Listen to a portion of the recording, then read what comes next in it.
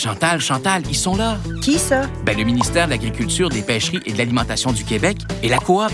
Ah, et puis la Fleur aussi. Oui, et il y a même l'Union des producteurs agricoles, la Société des alcools du Québec et les fromages d'ici. Ben, ils sont tous là. Oui, et ils se joignent tous aux grandes marques du Québec pour faire découvrir les produits d'ici. Es-tu prête, Chantal? Bonjour et bienvenue à Par-dessus le marché. Cette semaine, à notre émission, des veaux fous du maïs, le veau de grain du Québec, de la forêt qui pétille en bouteille et le chef Apollo nous mijote du veau de grain à l'indienne. En arrière sur nos terres, à côté dans la mer, en avant viens manger par-dessus le marché, par-dessus le marché, par-dessus le marché.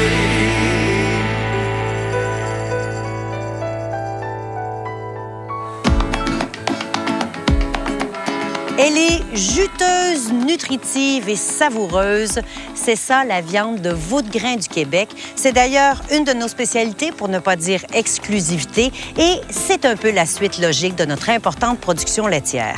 Un savoir-faire donc très québécois que connaît bien Émilie Girard de la ferme Magie au Lac-Saint-Jean.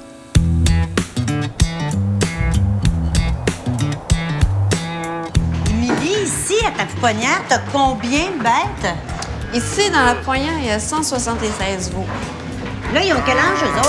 Ça, c'est des veaux d'1 mois. Puis toi, tu les reçois à quel moment, à quel âge? Ici, quand ils sont arrivés ici, il y avait 1 semaine. OK. Qu'est-ce qui définit le veau de grain? C'est quoi la définition, là?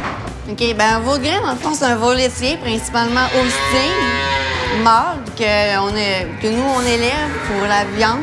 C'est quoi, disons, la différence avec un veau de lait? Un veau de lait, lui, il va avoir juste du lait. Nous autres, au début, ils ont du lait un peu, puis plus ils vont grossir, on va commencer à la mouler. Puis quand ils vont être capables de survenir à leurs besoins énergétiques, seulement manger de la moulée, bien, ils vont avoir juste de la moulée. OK.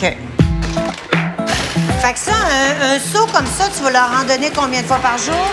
C'est 2 fois par jour, ça. Le matin au petit matin, comme là, il est vraiment très tôt. Le matin et le soir. Et le soir, une autre fois. Oui. Ils ont faim, là. Ils ont vraiment faim, hein? Ils sont contents.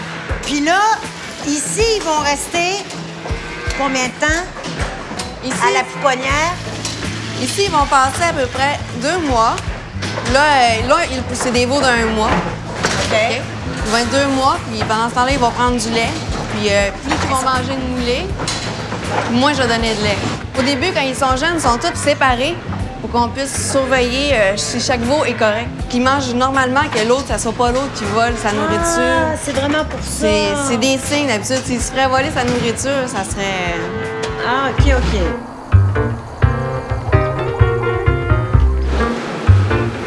Bon, ici, Chantal, on est dans les engraissements. Ça, c'est des veaux d'à peu près 3 mois et demi.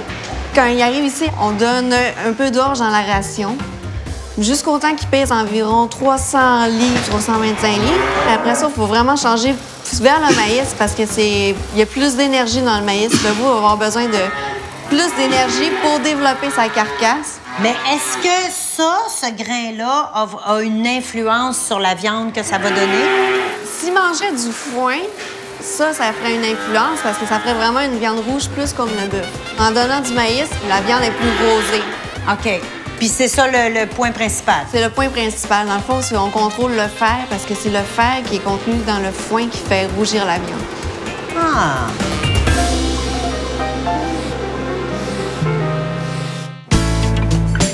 La viande de veau de grain, ses coupes et son goût, un boucher nous en parle tout de suite après la pause.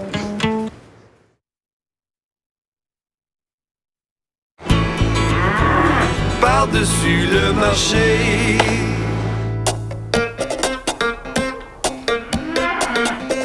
Ici, Émilie, ce sont tes veaux les plus vieux et les plus gros? Oui, ça c'est vraiment... Ceux-là sont déjà vendus même. Ils ont 6 mois, ils pèsent environ 640 livres, puis ils ont été vendus, puis là on attend juste que l'abattoir appelle pour qu'on puisse les livrer. Qu'est-ce que tu fais? T'es pèses un par un? Je les pèse un par un. C'est vrai? Oui. À chaque semaine, on sélectionne les plus gros, puis on les pèse tous un par un, puis s'ils ont le poids, bien, je les vends. Bon, la visite est terminée. Oui. J'espère que tu as aimé ça. Ben oui, merci, Émilie. Franchement, on en sait pas mal plus sur l'élevage du veau de grain. Là, on va aller parfaire nos connaissances sur comment l'apprêter. Ah, oui. On s'en va chez le boucher. OK. Bien, bonne journée.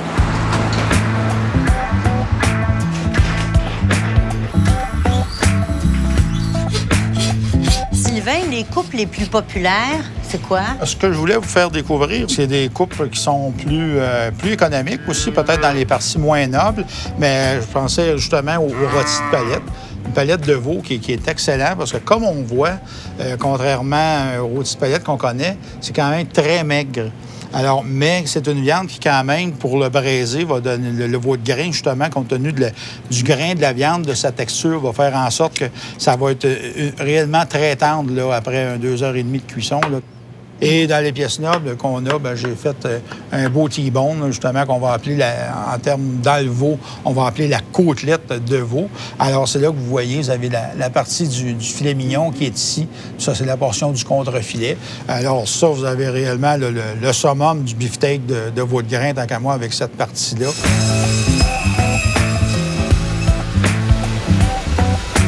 Tendreté au niveau du persillage de...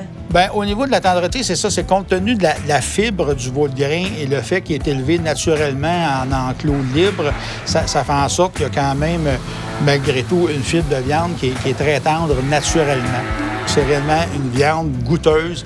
Il mérite d'être, dans le fond, apprêté avec le minimum, tant qu'à moi, d'épices. Alors, sel et poivre, puis un petit filet d'huile d'olive, vous allez aller réellement chercher le maximum de la saveur du veau de grain. Du goût, passons au coût. Oui. Qu'est-ce que ça a l'air par rapport, par exemple, au veau de lait? Bien, si on regarde par rapport au veau de lait, dans certaines découpes, il y a jusqu'à 35 de différence de coût. Alors, le veau de grain est réellement moins cher. À l'épicerie, là, comment je peux savoir si j'ai affaire à un veau de lait ou à un veau de grain? Bien, d'un, il va avoir la couleur. Le veau de lait, compte tenu de sa nutrition, va être habituellement beaucoup plus pâle. Le veau de grain va être un petit peu plus foncé. Puis, habituellement, les épiciers et les bouchers qui se respectent vont mettre l'étiquette de veau de grain certifié dessus qui va faire en sorte que vous allez pouvoir facilement reconnaître le veau de grain. Vous avez l'air d'aimer ça beaucoup, le veau de grain, vous? Bien, je l'adore, le veau de grain, parce que d'un, c'est un produit québécois. J'ai pour marotte que le nationalisme devrait commencer dans notre assiette. Ça, je suis tellement d'accord avec vous. De toute façon, si c'était pas le cas, je serais pas ici. Ouais, c'est ça, hein? Alors, j'en doute pas. Alors, c'est ce qui fait que le veau de grain, dans le fond, rencontre mes valeurs personnelles et c'est dans ce sens-là qu'on fait un beau mariage.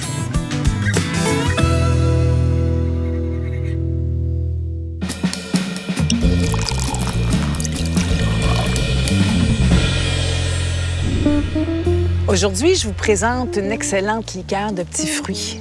C'est la crème de cassis de Mona et Filles, située sur l'île d'Orléans. Ça ici, c'est élaboré par Mona et Filles sur l'île d'Orléans. C'est Bernard Mona, le papa, qui a démarré l'entreprise familiale en 92 et qui a été rejoint par ses 2 filles qui maintenant dirigent l'entreprise avec beaucoup d'aplomb, qui font des liqueurs absolument extraordinaires. Ouf! Et ça paraît dans le verre. C'est intense, c'est concentré. C'est du pur sirop de cassis. C'est une explosion de cassis en bouche. C'est tellement bon. Vous pourriez aussi le servir sur des glaçons, mais je préfère le servir frais pour ne pas le diluer. Ou en kir, avec du vin blanc sec, un tout petit peu de crème de cassis avec du vin blanc sec. Ou pour faire un kir royal, on prend un vin blanc mousseux. Vous pouvez aussi faire toutes sortes de cocktails avec, simplement la crème de cassis avec un soda tonique pour l'été. Ça fait un cocktail très rafraîchissant. Vous devriez visiter le site Internet de l'entreprise. Ils ont toute une foule de suggestions de cocktails plus appétissants les uns que les autres. Mais vous pouvez aussi vous en servir pour cuisiner, pour élaborer des sauces. Ou en dessert, pourquoi pas, tout simplement le servir versé sur une très bonne crème glacée à la vanille. Me donne déjà envie. La crème de cassis de Mona et Filles sur l'île d'Orléans, une des plus belles liqueurs du Québec. Santé!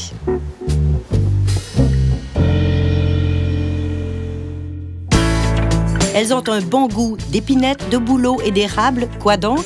Les petites bières qu'on vous sert dans un moment.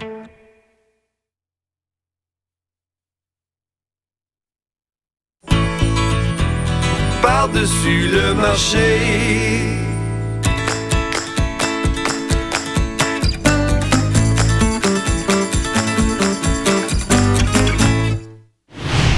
Le sel de mer est meilleur pour la santé que le sel de table. Vrai ou faux? C'est faux. Tous les sels renferment sensiblement la même quantité de sodium. Alors, c'est la raison pour laquelle on ne peut pas dire que le sel de mer est meilleur pour la santé.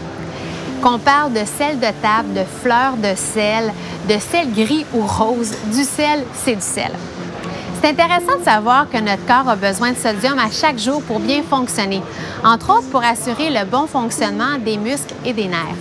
Le problème, c'est qu'on consomme trop de sodium et trop de sel augmente notre risque de souffrir de maladies cardiovasculaires, d'ostéoporose ou encore du cancer de l'estomac. Alors, à l'épicerie, c'est vraiment important de lire les tableaux de valeur nutritive parce que du sel, il y en a vraiment partout, même dans les aliments qui sont sucrés comme les céréales à déjeuner. Par contre, les principales sources, c'est plutôt le prêt à manger, le surgelé, les conserves et les charcuteries, ainsi que le fast-food. Alors, à la maison, une façon intéressante de rehausser la saveur de nos aliments sans avoir à utiliser la salière ou très peu, c'est de jouer avec les herbes fraîches comme le basilic, le thym et l'origan. Et un petit truc pour en avoir toujours sous la main, c'est de les hacher et de les mettre dans des cubes à glaçons avec un petit peu d'eau. Ensuite, on a juste à les ajouter à ces recettes de sauce, de ragoût ou d'omelette, par exemple. La petite de l'éducation à l'Académie de l'alimentation. La bière d'Épinette et la root beer font partie de nos traditions. Je suis Régis Douillard, copropriétaire des breuvages Marco, et je sais mettre du pétillant sur vos papilles. Il est temps de faire ou de refaire connaissance avec les bières aux saveurs forestières. En effet, les premiers colons en fabriquaient déjà avec des écorces d'arbres et de la mélasse. Aujourd'hui, l'entreprise Breuvage Marco ressuscite les saveurs oubliées des bières, d'épinette, de bouleau, d'érable et de la racinette, la fameuse root beer. Les boissons Marco sont préparées à partir d'essences naturelles, pas de synthétique ici. On extrait donc l'essence de l'écorce d'épinette, de la sève de bouleau, d'érable et des racines de sassafras, une plante indigène de chez nous. Quant au procédé de fabrication, c'est de la petite bière.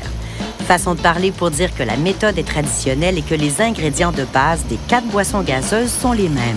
Eau, sucre, essence naturelle, levure et bicarbonate de sodium. À cela s'ajoutent quelques épices. Par exemple, il y a de la vanille dans la racinette. D'abord, on commence par mélanger tous les ingrédients dans une cuve durant une quinzaine de minutes. Le sucre tend à se déposer au fond et les levures à flotter. Il faut donc brasser, d'abord à la mitaine et ensuite plus énergiquement et sans arrêt pour maintenir le mélange homogène jusqu'à l'embouteillage. D'ailleurs, cet embouteillage est différent des boissons gazeuses habituelles. C'est qu'après avoir rempli les bouteilles, on les ferme avec un bouchon mécanique, précaution nécessaire à cause de la pression qui va se bâtir à l'intérieur. Et puis, hygiène oblige, on appose un manchon qui scelle la bouteille. On place les bouteilles à l'ombre et au chaud à plus de 40 degrés Celsius pour environ 48 heures, le temps que les levures agissent sur le sucre et développent les saveurs et l'effervescence de la petite bière. C'est l'étape de la fermentation. Ce procédé distingue les boissons Marco des colas et sodas industriels qui, eux, injectent du gaz carbonique. Quand on a atteint le bon niveau de fermentation, on transfère les bouteilles dans une chambre froide. Le froid tranquillise les levures, elles se mettent au chômage. Mais les levures sont une matière vivante et elles vont se remettre en action à la chaleur. Si la pression interne de la bouteille augmente trop, le bouchon est conçu pour laisser échapper un peu d'air. Il est donc nécessaire de conserver les bouteilles au frais. Et comme il ne s'agit pas de boissons alcoolisées, voilà donc des petites bières qu'on peut consommer sans modération.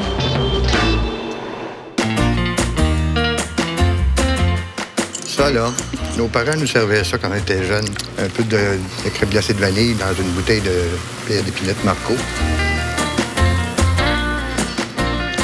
Un pur délice, ça n'a pas changé.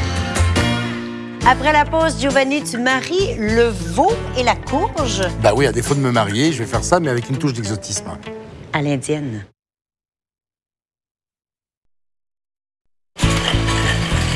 Par-dessus le marché,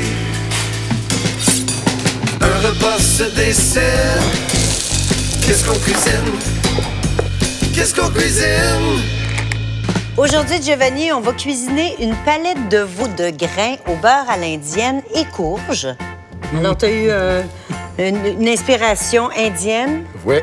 Alors, on y va avec des épices, on y va avec des saveurs vraiment... Alors, super simple. Je dis toujours ça, mais en fait, il y a beaucoup d'ingrédients, mais c'est vraiment une recette comme... Pas facile. compliqué. Non, c'est vraiment un truc facile. Il y a beaucoup de taille, si tu veux. De préparation. Ouais, il faut tailler. Tu peux me les mettre en brunoise, s'il te plaît? Avec plaisir. Moi, pendant ce temps-là, je vais hacher les oignons, pas trop gros. Donc, grossièrement, t'as vu, j'ai coupé de l'ail grossièrement, j'ai coupé de l'oignon grossièrement aussi. Puis là, on est à peu près prêt pour commencer les cuissons. Je vais commencer par mettre de l'huile de sésame grillée. Puis j'adore l'huile de sésame grillée, je trouve que déjà, ça donne beaucoup d'arômes en partant. Là. Puis on commence par mettre... Les oignons. Les oignons. D'accord, avec l'ail. Quand on fait suer un peu nos oignons, pas de coloration, d'accord, c'est bien important. Je vais prendre ma cardamome ici. C'est important de la casser et de l'ouvrir, la cardamome, d'accord? Tu sais que les graines sont à l'intérieur, là. Ça, là, si on n'en a pas... Le cardamome? On peut y aller dans le moulu. Ouais, oui. Et à ce moment-là, on en met un peu plus quand même.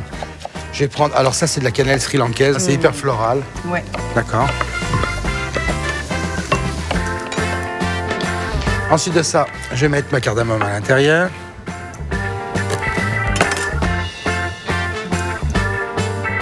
Tu pleures quasiment l'oignon? Oui, c'est l'oignon. Je me mets un peu de curcuma. De quoi? Est-ce que je peux être utile? Oui, si tu peux me couper les tomates en deux, s'il te plaît. Avec plaisir. Est-ce que tu épépines ou... Juste les couper en deux, simplement. D'accord. OK, donc là, j'ai mis le curcuma, on s'entend. J'ai mis l'ail, l'oignon, la cannelle. OK, donc on va mettre du gingembre. C'est bon, gingembre.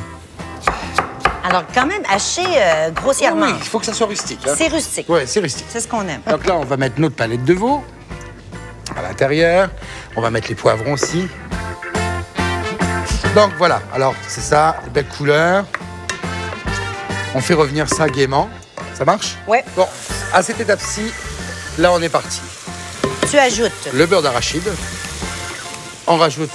Pâte de tomate. Ouais, pâte de tomate. Mes tomates. Là, on brassouille ça. Et là, petit coup de sel. Stop. Le poivre, ce coup-ci. Très important avec le curcuma. Alors là, maintenant, on couvre et on envoie ça au four pendant 2 heures. Bah, en fait, 1h30. Pendant une première heure et demie. Première heure et demie avant de rajouter la courge butternut. Exact. Tu peux m'ouvrir le four? Avec plaisir. Merci. Allez, c'est parti. C'est parti. Alors pendant ce temps-là, on va préparer la courge. Voici une courge. Oui. C'est une belle courge butternut qui a un beau petit goût sucré. Ça a un goût sucré, puis ça tient bien à la cuisson. Donc ça, c'est vraiment important. Faites attention quand vous faites une courge, parce que c'est quand même assez dur. Ça peut se faire à l'épluche patate. Ah oui, mais quand même, c'est une bonne... Il faut juste que tu passes plusieurs fois, d'accord? Oui. Je pense que le couteau, c'est encore la meilleure façon. C'est encore la meilleure façon. Pendant ce temps, chef... Moi, ce que j'aimerais, c'est que tu me prépares le yogourt qui va lier tout ça. Alors... On parle de yogourt 2%. Oui. Nature. Nature. Ensuite, une tasse de ça, 3/4 de tasse de crème sûre. Exactement. Et on va ajouter de la coriandre, C'est ça. 6 cuillerées à soupe. Oui. Et ça, c'est le mélange, en fait, qui va servir à la toute fin. C'est ça, on l'ajoute à la toute fin qui va venir... Qui va lier notre palette au beurre. Si tu veux le hacher, s'il te plaît. Oui, merci. Dans de l'eau, ici, je vais préparer un petit riz basmati. Écoute, c'est pas dans la recette, mais moi, ce que j'aime quand on fait les riz basmati, c'est je mets un peu de badiane, anis étoilé. Si t'aimes pas ça, la badiane, eh ben moi, ce que je te conseille, c'est de pas en mettre. Puis tu peux mettre une cardamome. T'es quand même attachant. Donc, tu vois, on va faire des gros cubes. Ça va tellement être parfumé. Et là, l'idée, c'est d'ajouter ça à la cuisson pour une dernière demi-heure. C'est ça. Est-ce que je te sors pendant ce temps-là?